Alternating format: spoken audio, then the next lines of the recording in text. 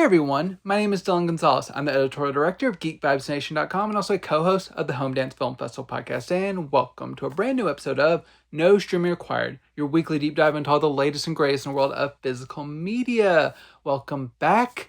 It is that time of the month. It is one of my favorite times of the month where we talk about one of my absolute favorite labels. It is time for another installment of Exploring the Warner Archive. This is where we dive into all the cool new releases from the Warner Archive, but also they've been going for so long. I like to highlight some of the older stuff that maybe you missed whenever it first came out, or maybe you weren't into physical media and you're just trying to catch up. I want to highlight all those gems that you may have missed on. So I have a really great slate this week, including a few non-Warner Archive titles, but from the Warner family, including one of the biggest box sets of the summer. I know a lot of people will be very excited to hear about the new James Bond Sean Connery 4K set, but I will get to that. But first, I'm going to start off with one of the most highly anticipated new Warner Archive releases. It's always one of their biggest titles whenever a new one gets released. It is the new Looney Tunes Collector's Vault Volume 1. So this is yet another line of Looney Tunes shorts, and it can get a little bit confusing for people who have been collecting for a while. We just came off a long run of the Collector's Choice sets. There was about 4 volumes of those. Each of those had one disc. And then there was previously the Platinum sets that are being repressed soon. They'd been out of print for a while. The first two have been out of print for a while. I'll talk about those in a future episode. But now you may be wondering, like, what's going on with the Collector's Vault? Basically, what is happening is Warner Archive decided that they wanted to give you more for your money, and they wanted to kind of revisit some shorts that had been available on DVD but haven't been upgraded to Blu-ray, in addition to continuing their line of upgrading to never on disc shorts. So the Collector's Choice set were primarily things that had never been released on DVD or Blu-ray before, newly remastered and released on Blu-ray. But now you are getting another disc of that, but also another disc, a second disc of shorts that have been released on DVD before, probably on like a Golden Collection or something, but now getting the full HD treatment because they know that fans want these shorts in the highest quality possible. So they kind of listen to feedback, and so it's a new brand, but there is no double dipping, save for one short, which was an accident. They accidentally included one short from, I believe, the Collector's Choice Volume 4 on this one. So there are 50 shorts in this set. 49 of them are new to Blu-ray. The one that is a repeat will be made up on the second volume, where they will include 51 new shorts on that one. It was just kind of an oversight, but overall, you are getting tons of new shorts in the best quality possible. And it has a lot of your favorite characters, Foghorn Leghorn, Bugs, Daffy, Speedy Gonzales, Pepe Le Pew. It has a lot of fan favorite shorts, while also digging kind of deeper into the vault as well to maybe explore some stuff that maybe would have been at the forefront of your want list, but once you see them, you realize how great they are. So there's a lot of really good stuff on here. I would not exactly encourage you to binge all of these. If you watch too many in one sitting, it can get a little exhausting. At least in my experience. But what is really good about these sets is it can be a little bit confusing, but they are presented in alphabetical order, which does allow you not to burn out on one character for too many. So you're not going to get like 6 Daffy Duck cartoons in a row. It uses a good variety this way, and it's easier to, if you have a specific title you're trying to locate, you can just go alphabetical order.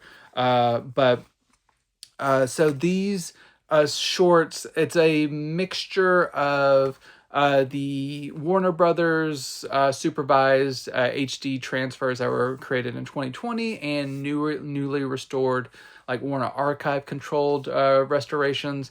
So what that means is, so people who have been following this channel for a while may know that The 2020 restorations handled by the larger Warner Brothers team typically had some issues and in some ways, be it like DNR or maybe some kind of like miss aspect ratios of some of like the title cards or recycled title cards.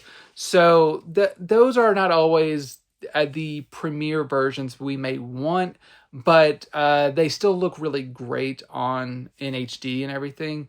But there are just some minor issues from that restoration team that don't make these 100%. It's like 90% instead of 100% in terms of what we would want them at.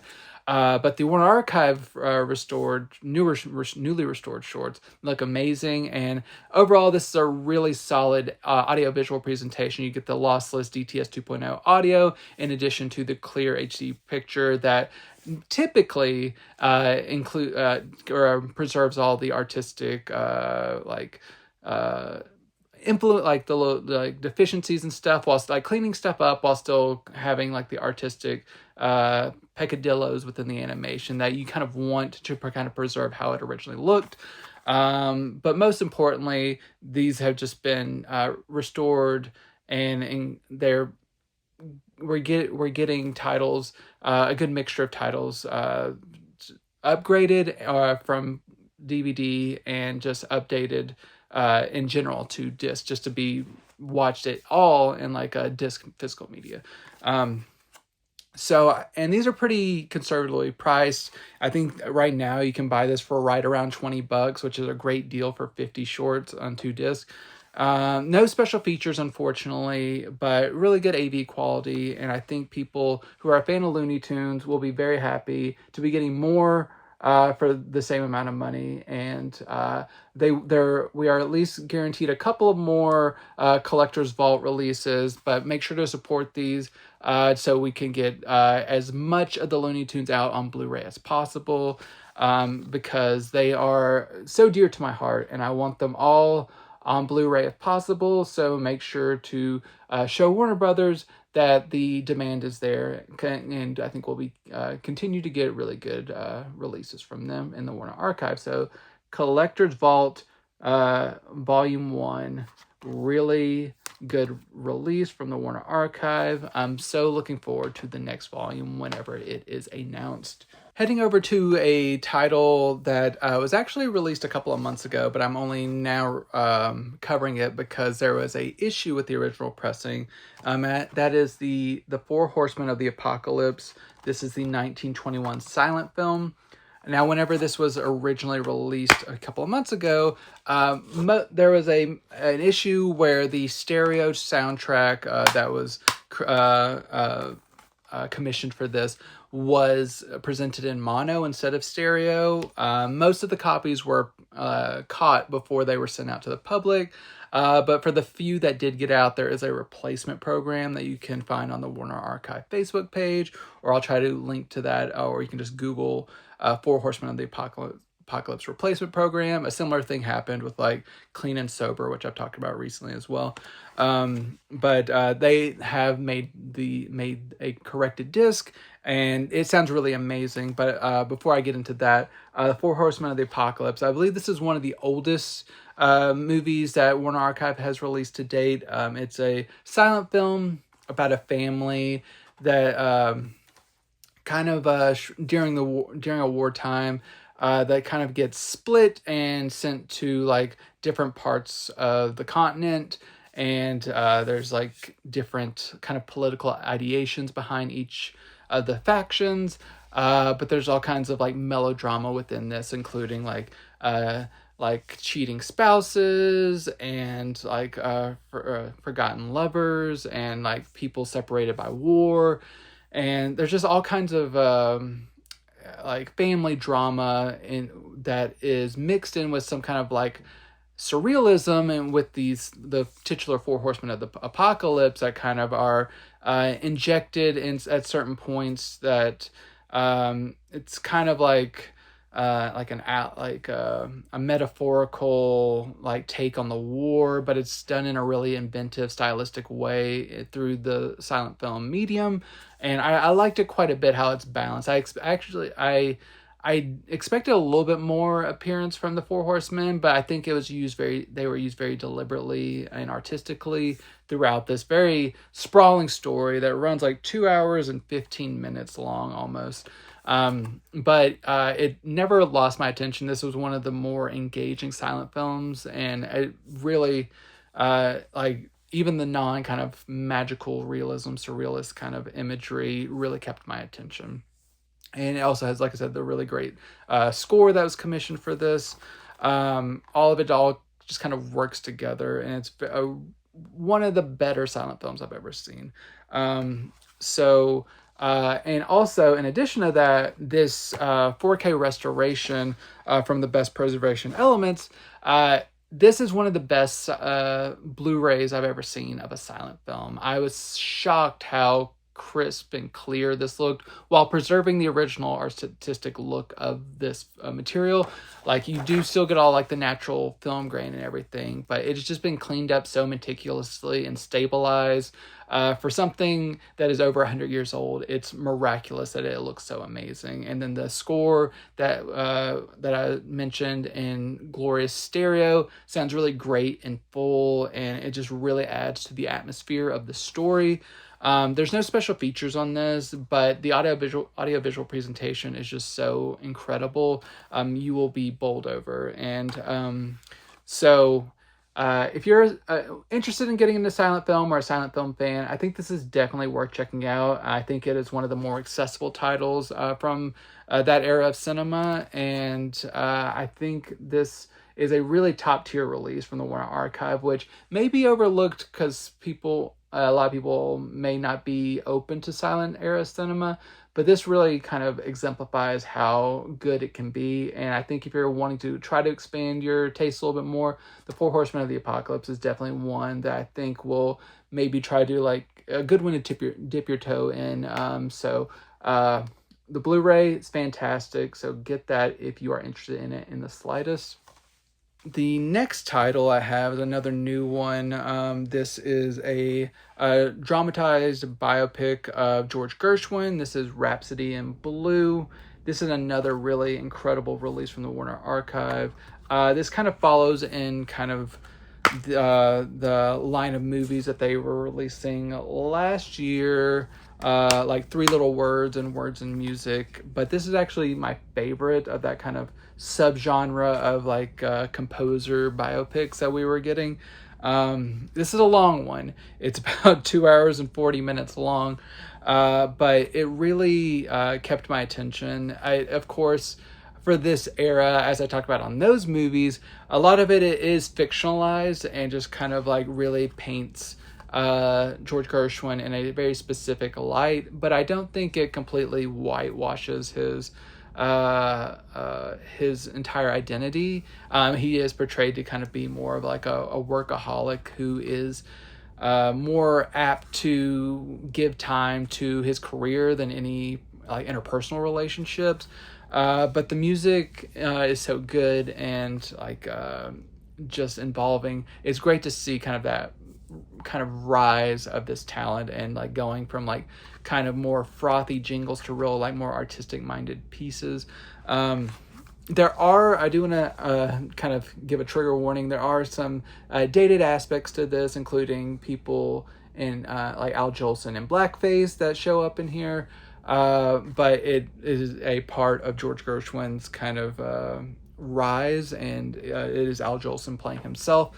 But it's not a major part of the movie. But if you do not want to see a movie with someone in blackface, just know that does occur in this.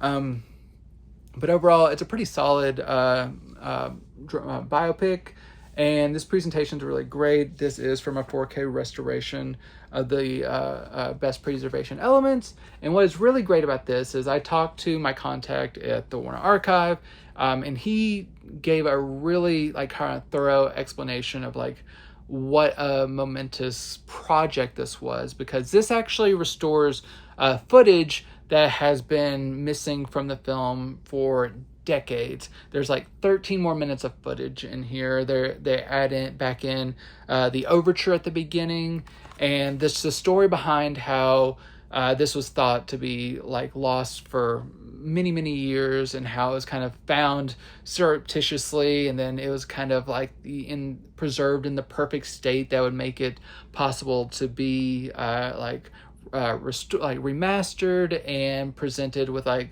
really incredible fidelity to open up the movie, which I even thought before even I heard the story that the overture, which is about almost 10 minutes long, is like one of the most like enveloping kind of like intense experiences I experienced in a movie in a while. And it's just really great to have that and the additional footage that just hasn't been able to be included in this movie be restored by the Warner Archive. So they really went above and beyond to make sure this was the most complete version.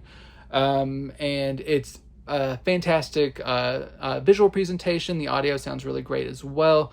And you get a trailer for this one, but the main thing is just getting this in its most complete version possible in the best audiovisual presentation. So Warner Archive's done a really nice job with Rhapsody in Blue. The same can be said for their Three Comrades from director Frank Borzage. I don't know. I know I love him, but I don't ever know how to pronounce his name. But this has the likes of Robert Taylor, Margaret Sullivan, Francois Tone, and Robert Young. Now this is set after kind of the post World War I. We have three friends in Germany who are kind of trying to pick their lives up after the war. They meet a young woman played by Margaret Sullivan, who's kind of frail, but just kind of finds herself in the middle of this close-knit friend group, and they really just are like very close with one another, and they just kind of lean on one another, and they all are going through different things, including like trying to expand their personal lives, their political ideology, and like just there's a lot of stuff going on. Just kind of great material for melodrama. And overall, I really like this one. The only thing I don't like is I find the ending a little ridiculous in terms of what a character chooses to do or how it's at least portrayed. But otherwise, I found this to be a very engrossing movie, and it especially makes me love Margaret Sullivan, who anytime I see her show up in a movie, she wasn't in like a ton of movies, but anytime she does, I really love seeing her, and I just it does my heart well to see her on screen. But yeah, this is just a great melodrama. This does come from a 4K restoration of the best surviving preservation elements. Looks really nice.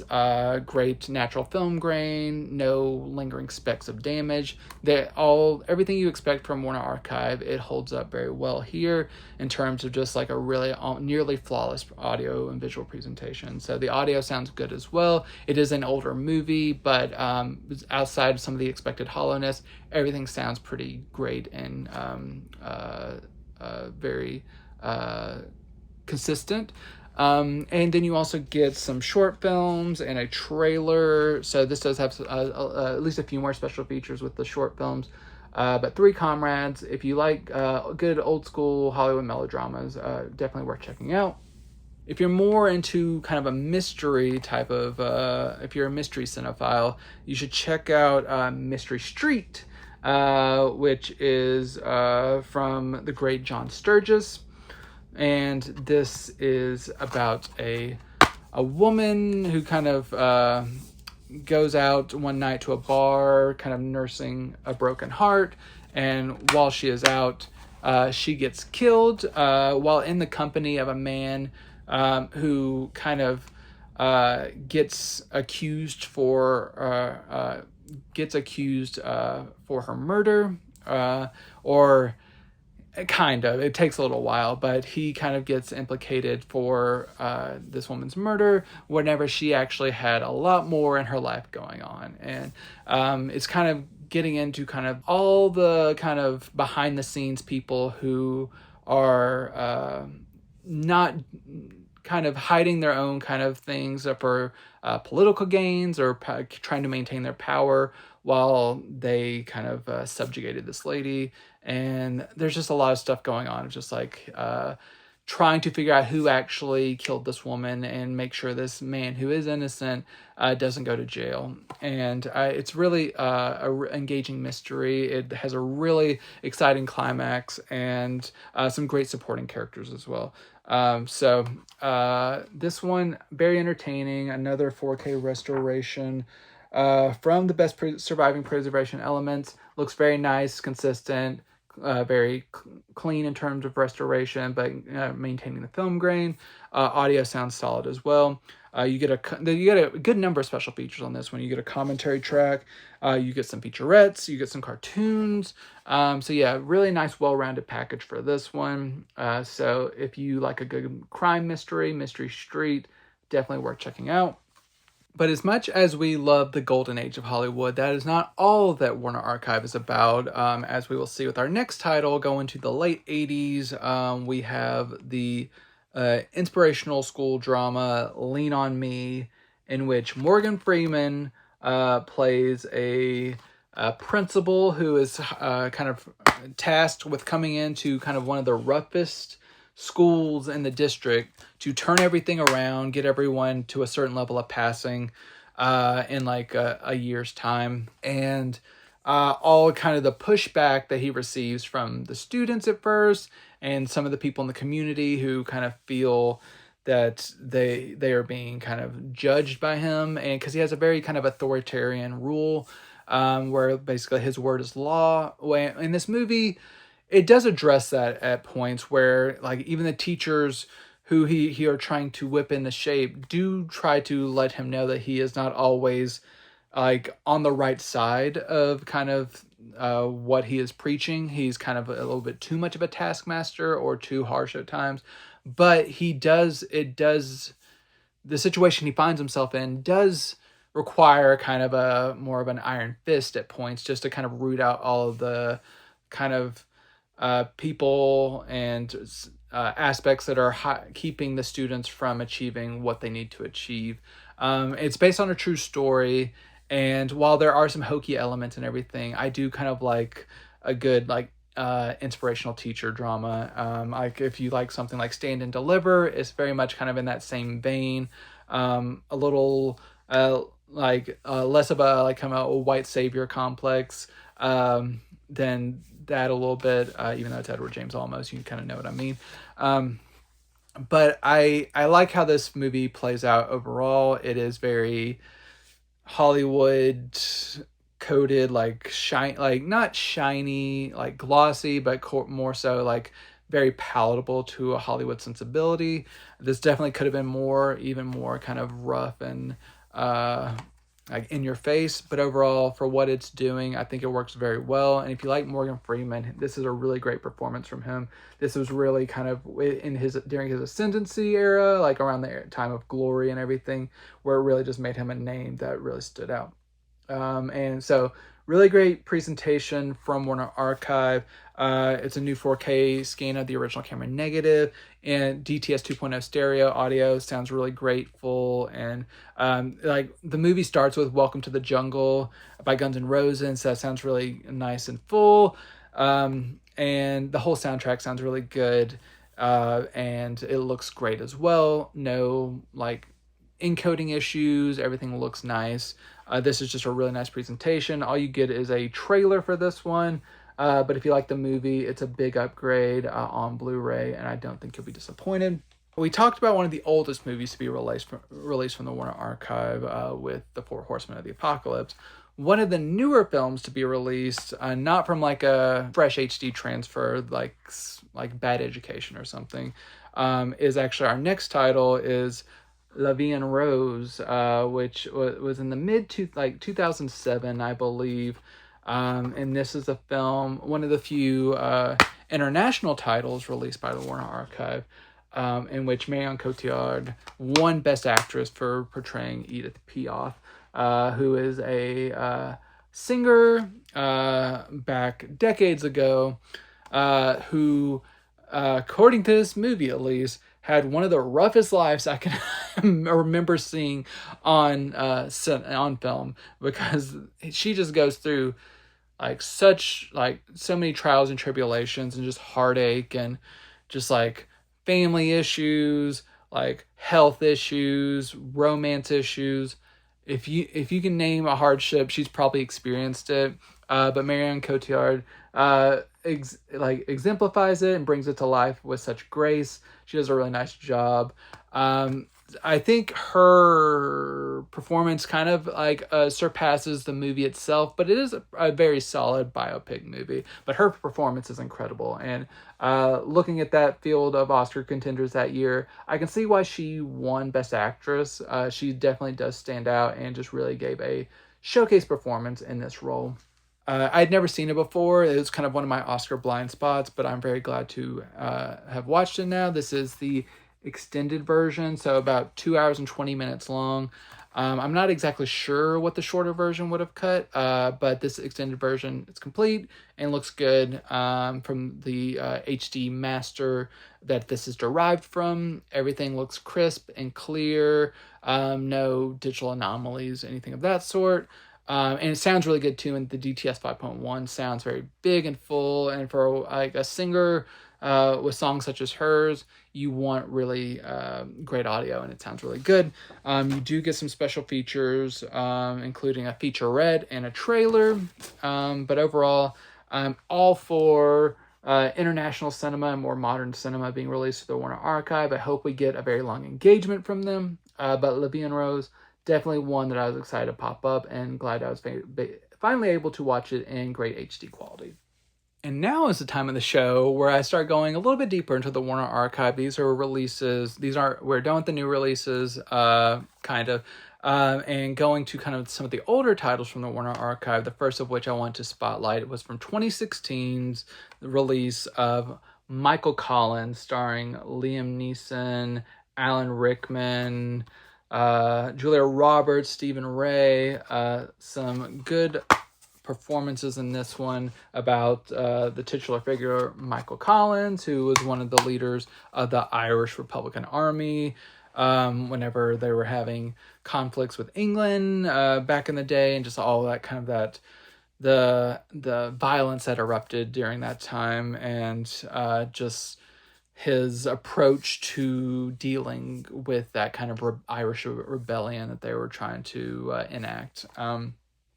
I think this is a very solid movie. This came out in the mid-90s, and Liam Neeson does a really amazing job. All the performers do a really nice job. Julia Roberts isn't given a ton to do, but she does a fine job for what she's given. But this is really kind of just a pretty solid epic telling of this real-life figure and his place in Irish history, and for all the good and the bad that he done. It's a really interesting look at a time of history, and Liam Neeson, like I said, does a really nice job of bringing him to life.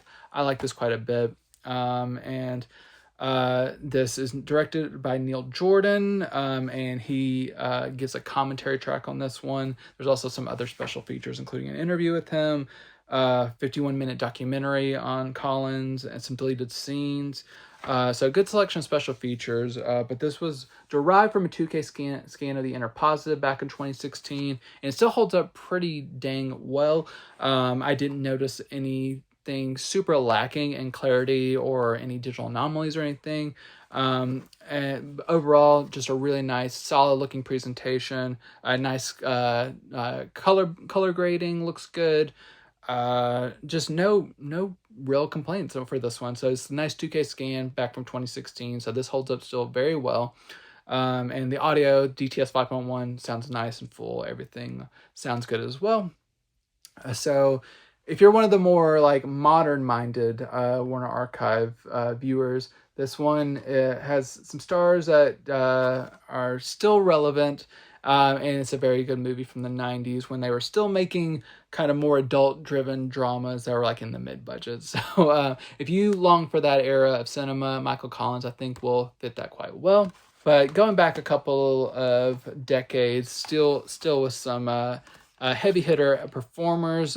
We have from the 2017 Blu-ray of Scarecrow with Gene Hackman and Al Pacino as a pair of drifters who kind of come together. One was in jail, one was on a kind of a sea freighter for years, and they're all coming together to they find themselves meeting on the road and decide to kind of hitchhike together across the country, trying to make it to open a business with one another, but then also settling some personal things along the way. So Hackman and Pacino play these two characters who they kind of get on each other's nerves at some points, but like Al Pacino's more of like a people pleaser. Hackman's kind of like a teller of tall tales. He kind of gets himself into situations, more of a hothead. And just seeing them, it's just pure 70s road movie kind of ethos of just a character study, them kind of getting themselves into kind of interesting situations, sometimes hairy situations, where it really just informs the characters and really gets you to know a little bit more about who each of them are as people. But it can be kind of bleak at times as well. I believe this won the Palme d'Or at Cannes the year it was kind of released and played in competition there. But yeah, this is a really solid 70s road movie with two of the greats. Rest in peace to Gene Hackman. Always still love catching up on Al Pacino blind spots that I have. This was a really good performance from him. And this was from another 2K scan of the Inner Positive, DTS 2.0 audio. Really good transfer. That patented 70s grain is fully intact, but not over like noisy or anything. It's resolved very well. Nice, solid color, no banding or compression artifacts, anything like that. Looks good. You do get a featurette on this one, a short featurette that's like 5 minutes long, but nothing else really of note. But another kind of 2010s Blu-ray that if you missed it when it came out, definitely make sure to pick it up because this one is a real gem. Now we're going to go down a small stretch of re-releases for the Warner Archive, because sometimes the Warner Archive, they take movies that have gone out of print from the Warner Home Video side of things and re-release them as discs through the Warner Archive label to keep them in print. A lot of times they'll give them new cover art and stuff. Or just kind of, it's usually the same disc, but there's usually some kind of like aesthetic change. But the first one I want to talk about was re-released in 2019, originally released in 2013, and that is the action film Action Jackson with the late Carl Weathers as the titular Action Jackson, who is a cop who plays by his own rules. It's that typical thing where he has gotten himself, at the beginning of the movie, in trouble in the past for using excessive force, but then he kind of gets back in and into a kind of crime scenario involving Sharon Stone, Vanity, and Craig T. Nelson is our big bad in this one. He's kind of like a figure, like a very prominent businessman figure who he has some skeletons in his closet. And Action Jackson, of course, gonna be the one to take him down. This is it's your typical like cop movie, like rogue cop movie playing by his own rules. Carl Weathers is the definite reason to watch this one because it is good to see him in a lead role that really allows him to shine, like his comedic skills, his action skills, and it's his show. And it has your typical action tropes of like stuff exploding for seemingly no reason, like cars and stuff, and shootouts and misdirects and just like unnecessary nudity, just all kinds of stuff going on. But yeah, this one is a fun one. Like I said, this was re-released in 2019 from the original 2013 disc, which was from a 2K scan of the Inner Positive. It does show its age a little bit. It's not a perfect Blu-ray, but it does look quite nice for the time. I would not be surprised if maybe at some point in like years from now, it eventually gets another like like a 4K restoration, like if the Arrow Video deal pans out or something, they start really digging into some of these like lesser titles. But for now, if you just want it on Blu-ray, it is in print. And this is a new cover art compared to the 2013 release, which featured Sharon Stone a little bit more prominently. But yeah, video-wise, solid enough. It's passable. Audio-wise, it's good. It's the 2.0 audio. No special features, but if you just want the film on HD, it's still in print through the Warner Archive, and it's a nice enough looking Blu-ray, so worth checking out for Carl Weathers fans. A little bit of the same scenario is from this 2020 re-release of Pure Country, originally released in 2012, exclusively as a part of a 2-pack with the sequel to this movie that was decades after this one. It was kind of, first off, I want to say this is not the original case that came in. The one that I got was a little bit busted, so I kind of repurposed another case to get a case that was not broken.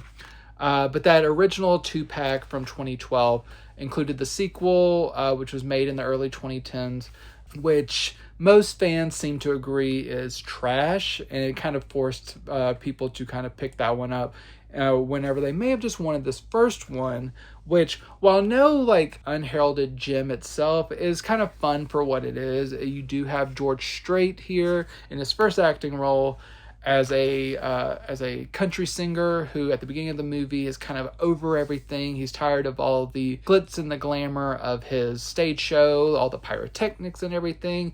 He just kind of longs for the days where it was about the music, and he's just kind of tired of how his career is going. So he kind of drops off, and he goes on a walk, and he kind of disappears from his life. And at that time, one of his kind of roadies, who has his own dreams of superstardom, played by Kyle Chandler, who is like the star of one of my favorite shows of all time, Friday Night Lights.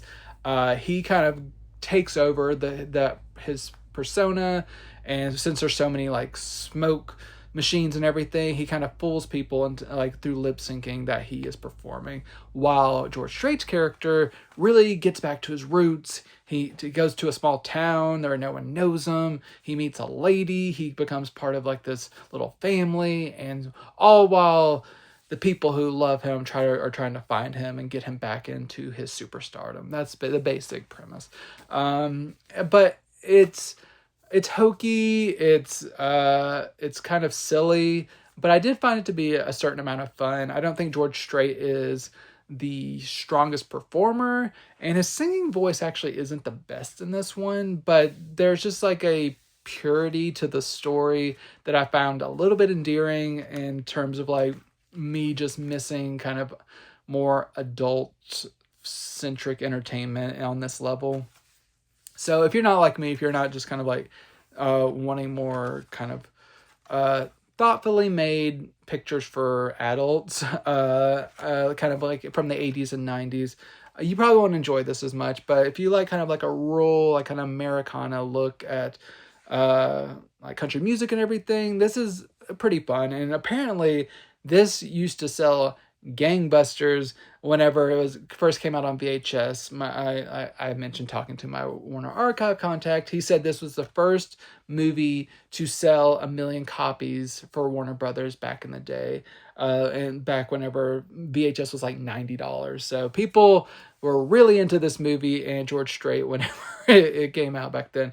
So in his mind, he wanted to be able to make sure that this movie was available to people on its own merits through this new 2020 Blu-ray release, which, like I said, just takes the disc from that 2-pack and puts it into this one, gives it the full cover art. But it is the same disc, which is from a 2K scan of the Inner Positive that was made back in the early 2010s. Which looks solid enough. There's small things here and there that if it was done on nowadays, it probably would look a little bit better. But overall, it's a solid looking disc, and the audio sounds pretty good as well. You get a music video and a trailer, but this is mostly for country music fans, old school like 90s and 80s country music fans. But even if you're interested in like just kind of a musician story, maybe give it a shot.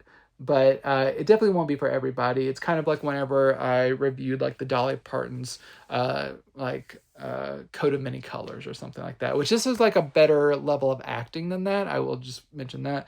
But it's kind of like that same level of like Americana hokiness. If you're into that, I think you'll probably be into Pure Country as well. My final re-release that I'm talking about is one with a little bit more respect to its name. This was originally released in 2012. This is Hans Christian Andersen with Danny Kaye. It's another one with updated cover art for this one.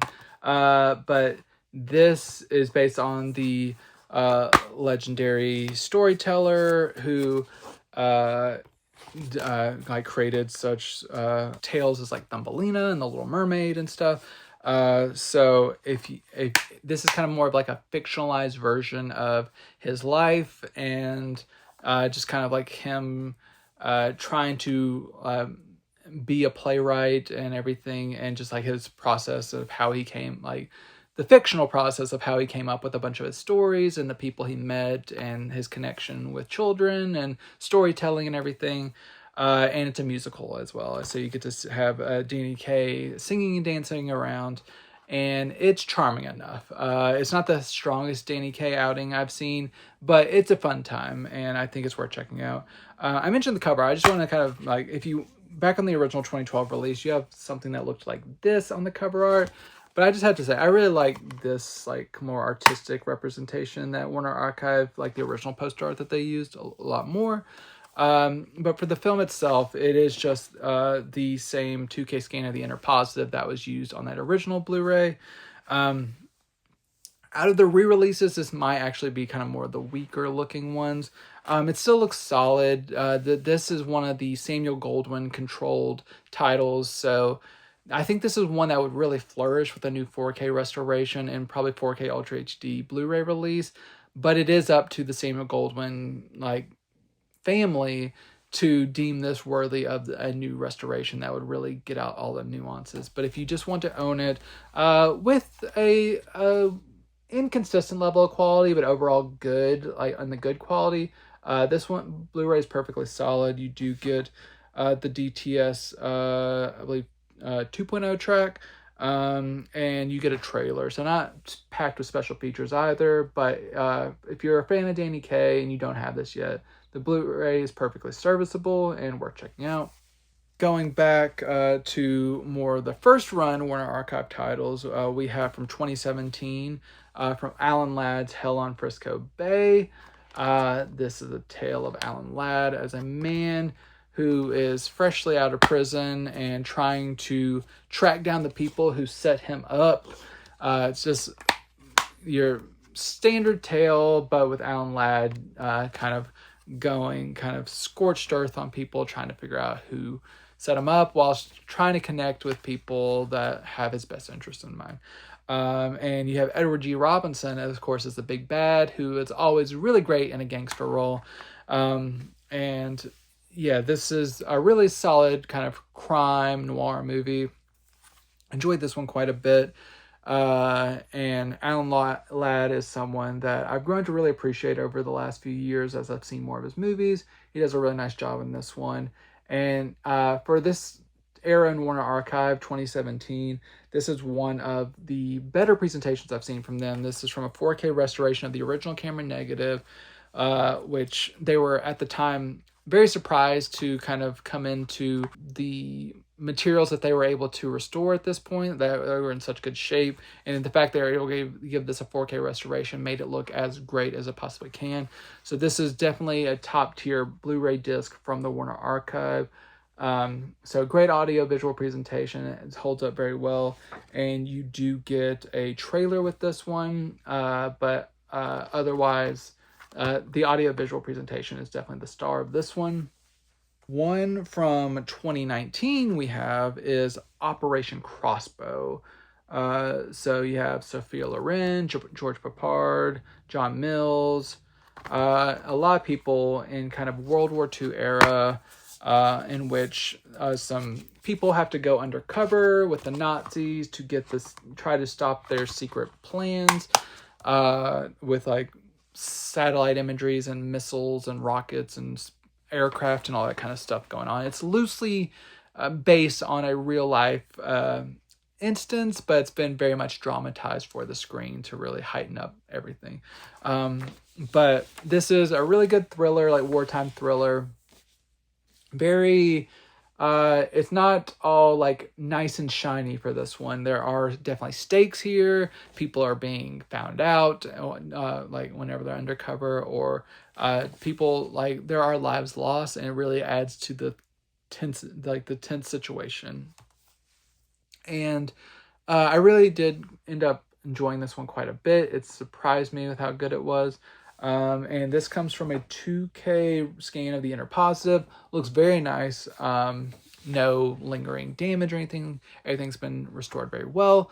Audio sounds great as well. You do get a vintage featurette that kind of gives a more of a real life look at the situation. It's like a 10-minute featurette on the real kind of Operation Crossbow kind of as it is, and then a trailer. But yeah, good Blu-ray from Warner Archive. Definitely worth checking out if you like kind of that conspiracy wartime angle. I know we have a lot of fans of animation, so I wanted to spotlight a title. It's a TV series. It's the complete 2011 series, like revival series of Thundercats. So like I said, this was the one from 2011. I would love to have the original Thundercats on Blu-ray, but this was this kind of remake. It kind of took things in more of a dramatic, kind of like serious tone. Really built up the lore and kind of expanded things, very much anime inspired. This one I found to be quite good as a Thundercats property. I think a lot of people, a lot of fans of the property may argue, and rightfully so, that there are aspects where they take certain characters in ways that maybe aren't the best, but overall the storytelling on this one is very good, and the way they expand the lore and really kind of try to be respectful to the property while bringing higher stakes to it and more of a serious like perspective to things. You do have most of the characters from that original series. There are just a few that maybe don't line up perfectly with how they were depicted in that original one, but in terms of if you're open-hearted to having the Thundercats and Lion-O and all the characters, Chitara, be kind of reinterpreted. So I think this was a very good series. It was 26 episodes, and then it was canceled, unfortunately. But for the 26 episodes, I did find them to be very good. If you want to sample them, I believe they're on Hulu right now, so check them out. But if you want to own them, 26 episodes across 2 discs, not too much in the way of compression artifacts. Everything looks really good. There's no real special features, but just you get all of these in DTS 2.0 audio. This was originally released in 2014, but it is still ready to purchase if you find yourself a fan of this franchise and you missed it. It's a good release and a pretty solid series, even with small caveats here and there storytelling-wise. Overall, it's a fun watch, and I would recommend it.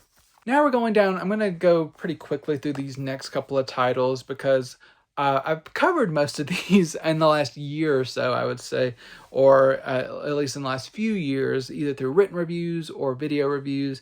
Warner Archive's kind of shifting things up a little bit, and they're going to be bringing more value sets to your living rooms if you're wanting to catch up on some of these older titles, which basically is the premise of these episodes where we're exploring the Warner Archive. They're giving you a way to do so in a like more affordable fashion. So like, for example, the first one we have here is the Elizabeth Taylor collection, in which we get 4 films collected in one package. So you can average out to about $10 per disc or less. So here we got Father of the Bride, Who's Afraid of Virginia Woolf, The Last Time I Saw Paris, and Reflections on the Golden Eye. So you have people like Vincent Minnelli, Mike Nichols, John Huston, people like that. Directing, you get some Oscar-winning work from and Who's Afraid of Virginia Woolf. And then you do get the original 2-disc version of Reflections on a Golden Eye, where you get the more golden-hued version of Reflections on a Golden Eye, and then the natural color version. So that if you bought this release separately, it's a 2-disc set. So whenever this was released and we were still having frequent sales, a lot of times this set would be excluded because it was 2 discs from certain sales. So this is probably one of the first times you're able to get it a little bit cheaper.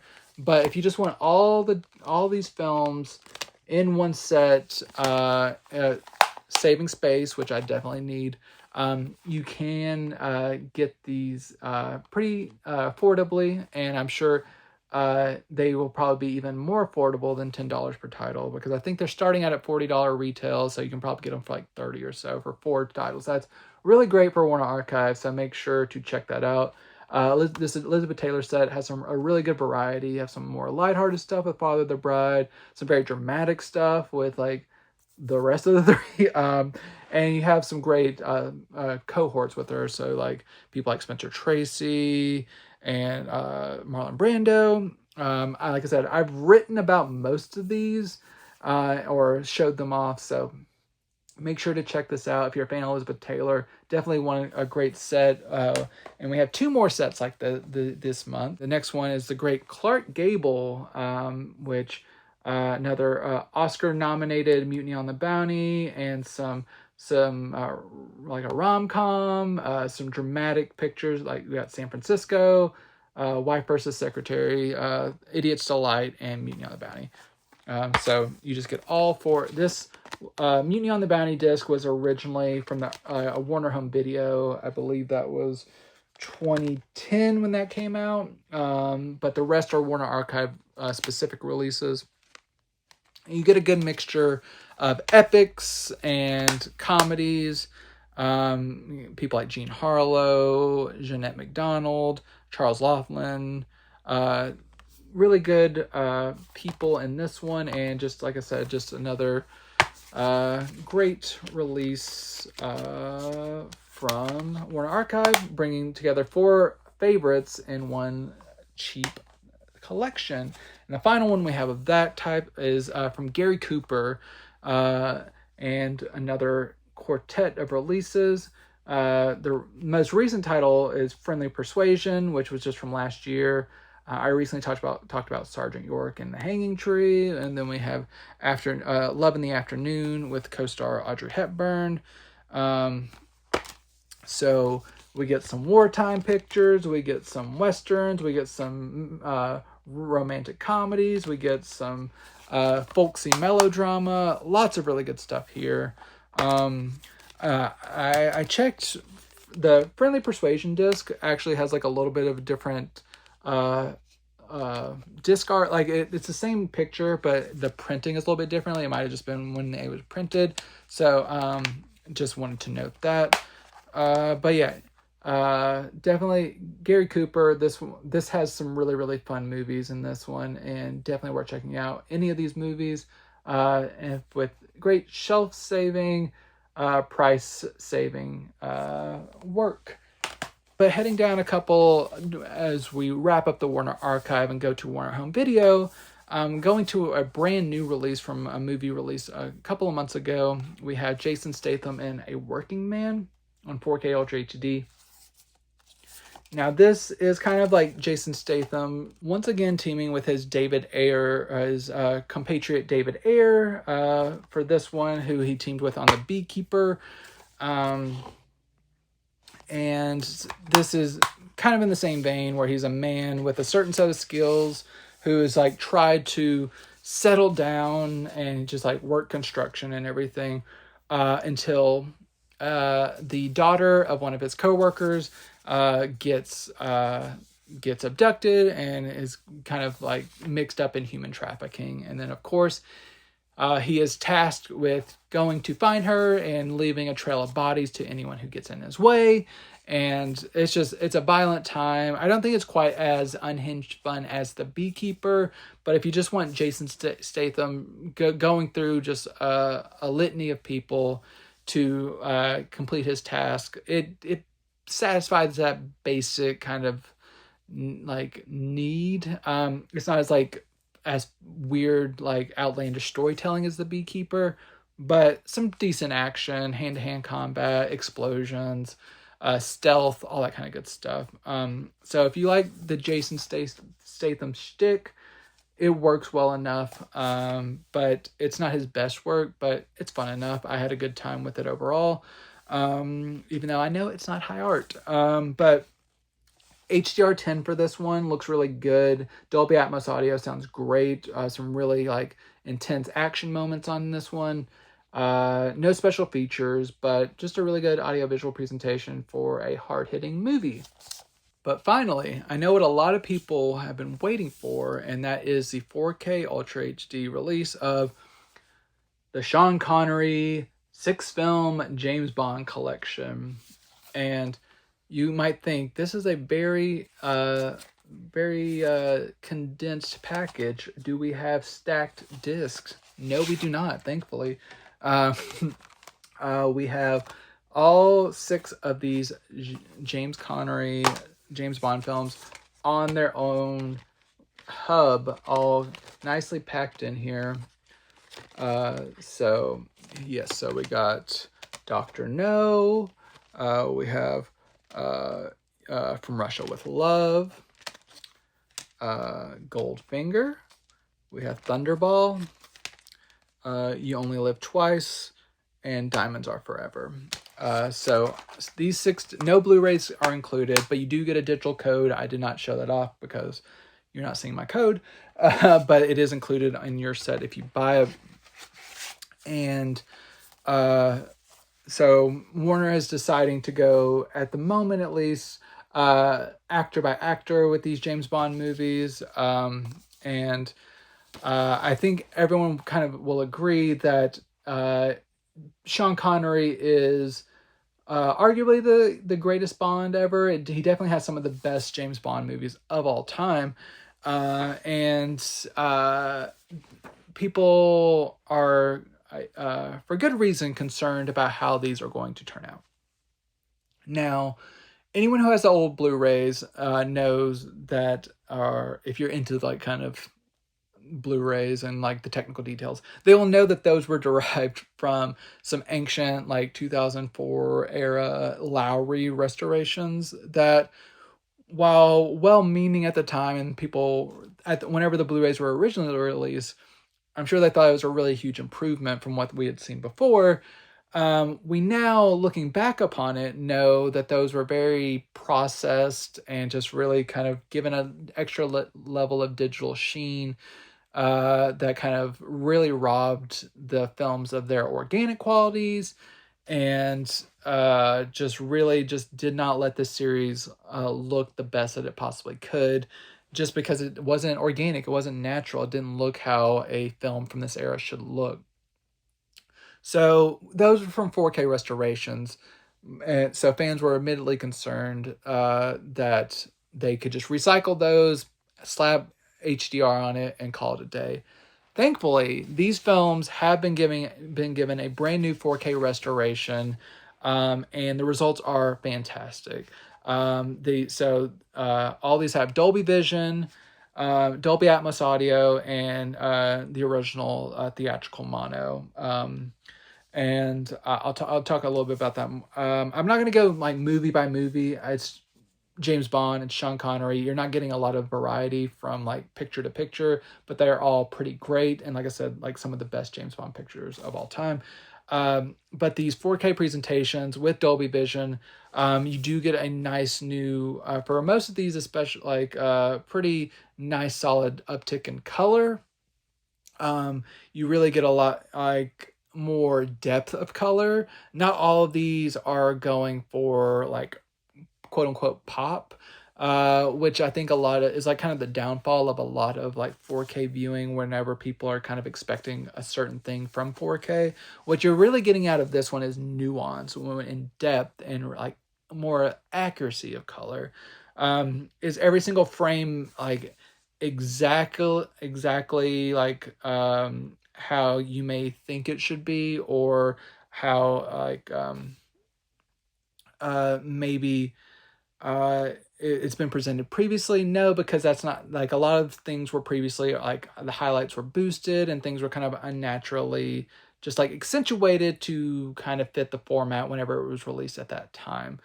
But what we get here for the most part is a really, really solid Dolby Vision presentation that has like a lot of complexity to it, and just colors look more like greens look natural green, like skies look more like blue skies instead of a more of a turquoise sky.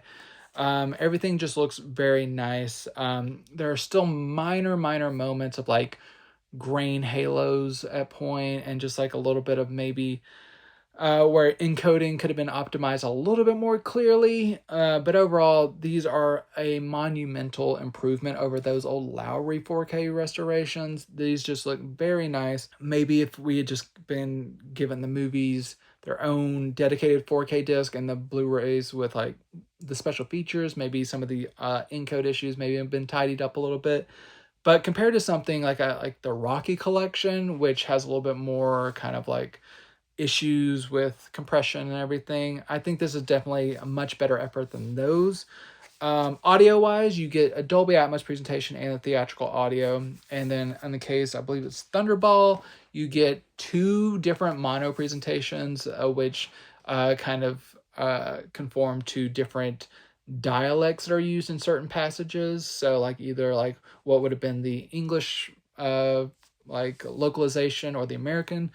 So you actually get both of those in lossless audio, which is a pretty cool like step that MGM took to really kind of like give fans like more of an accurate option of how these sounded theatrically and giving people options. And then you also have those mono tracks, which are solid, maybe occasionally a little bit kind of neutered at some points in terms of like dynamic range, but I think they've tried to clean it up as much to give it a consistent level of audio that's natural, without like kind of going into like overwhelming like highs, like piercing highs or anything like that. But some people may have issue with like it not sounding as good. Like probably some people be like, oh, the Laserdisc audio sounds better. I'm sure it does, but a lot of people don't have the options to like remix stuff and like pull audio for certain situations. I think most normal listening experiences will be very happy with the theatrical presentation, the mono presentations. The Atmos tracks, they sound pretty solid. They're not super aggressive in its expansion. These all have been restored from new audio presentations. The 5.1 tracks that people had issue with on previous releases, those are not on this release. These have been kind of restored from the ground up.